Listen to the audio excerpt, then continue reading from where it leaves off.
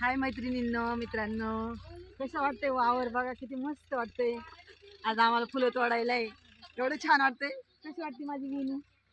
छान वाटते ना? सांग ना पवार ताई.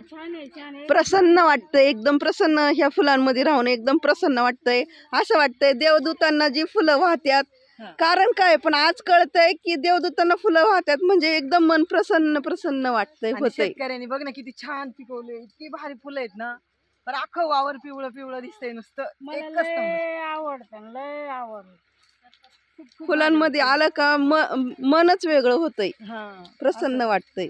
असं म्हणजे खूपच छान. आखी बोल ना खूप असं वाटतं इथंच घर करून बंगला घर बांधावा आणि इथंच राहावा. राहावा. इतकी छान वाटते फुलं. शेतकरी एक नंबर शेतकरी आहे. बघा ना हे पिकवणारे पाहिजे.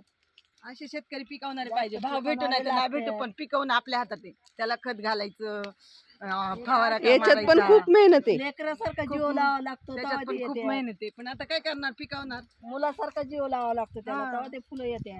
लहान मुलांसारखं याला जीव लावावा लागतो. आणि लोक काय म्हणतात शहरातली, माल असा नाही का वावरातून येतो, पण ह्या मालाला किती कष्ट करावं लागतात हे शेतकऱ्याला माहिती नाही, ह्या मजुरांना माहिती. बाकीच्यांना काय नाही, शहरातल्या लोकांना माहिती.